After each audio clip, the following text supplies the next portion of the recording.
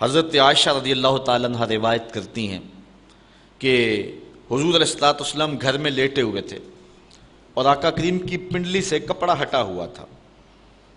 تو حضرت ابوبکر صدیق آئے اور انہوں نے اذن طلب کیا، حضور فرمایا آ جاؤ، اور ایسے ہی لیٹے رہے اور پنڈلی پر جو کپڑا تھا کو آگے نہیں کیا ہے، اسی طرح ہٹا رہا.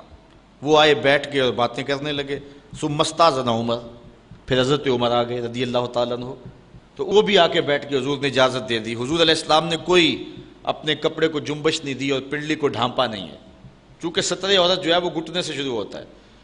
پنڈلی عموماً گھر میں بندہ برہنہ بھی رکھ سکتا ہے، کوئی حرج نہیں ہے. تو حضور علیہ الصلوۃ والسلام کی پنڈلی سے کپڑا ہٹا ہوا تھا، دونوں آ کے بیٹھ کے باتیں کرتے رہے. پھر تھوڑی دیر ہوئی تو کہتے ہیں حضرت عثمان آئے رضی اللہ تعالیٰ عنہ. تو جب حضرت عثمان رضی اللہ تعالیٰ عنہ آئے، وَسَوَّ ثِيَابَهُ، حضور نے جلدی جلدی اپنی پنڈلی پر کپڑا کر لیا. وہ بیٹھ کے باتیں کرنے لگے، گفتگو ختم ہوئی، سارے چلے گئے. میں نے عرض کی حضور حضرت ابو بکر آئے، آپ ایسے ہی جلوہ فراز رہے، پنڈلی پر کوئی کپڑا نہیں کیا. حضرت عمر آئے، آپ ایسے ہی گفتگو کرتے رہے، پنڈلی پہ کپڑا نہیں کیا. لیکن عثمان آئے تو آپ نے جلدی سے پنڈلی پر کپڑا اوڑھ لیا. فرمایا عائشہ میں اس سے حیا کیوں نہ کروں جس سے فرشتے بھی حیا کرتے ہیں. اللہ اکبر. حضرت مرہ بن کعب رضی اللہ تعالی عنہ حضرت عثمان غنی رضی اللہ تعالی عنہ کی بات کرتے ہیں، چونکہ حضرت عثمان غنی رضی اللہ تعالی عنہ انتہائی کٹھن زندگی گزاری ہے، خلافت کا زمانہ، اور بعد میں انہیں ظلماً شہید کیا گیا. تو کہتے ہیں کہ حضور علیہ الصلوۃ والسلام سے میں نے سنا کہ حضور فتنوں کا ذکر کر رہے تھے. فمر رجل مکنع فی ثوب، ایک آدمی گزرا جس نے اپنے اوپر کپڑا اوڑا ہوا تھا. فقال ھذا یومئذ علی الہدی، حضور نے کہا اس دن جب فتنے آئیں گے یہ بندہ ہدایت پہ ہوگا، یہ بندہ حق پہ ہوگا، یہ بندہ سچائی پہ ہوگا.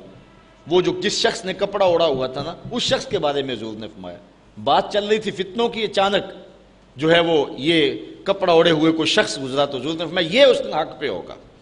کہتے ہیں مجھے تجسس ہوا اور میں جو ہے وہ شخص کی طرف بڑھا.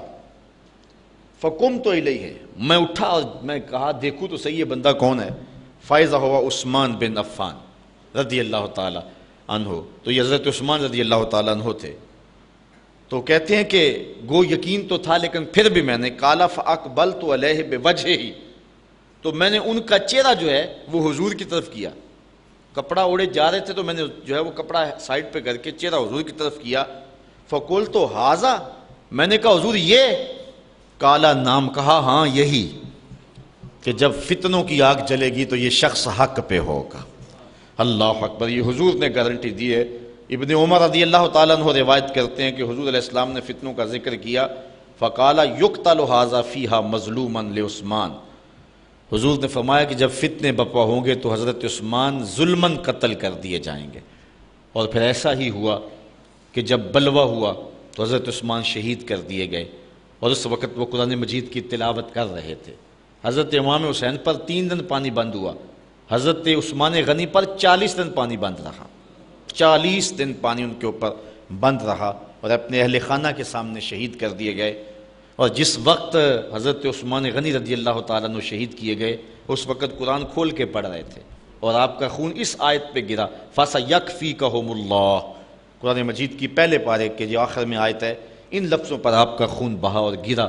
اور اس طرح حضرت عثمان غنی رضی اللہ تعالیٰ عنہ جو ہیں وہ شہید کر دیے گئے ظلماً.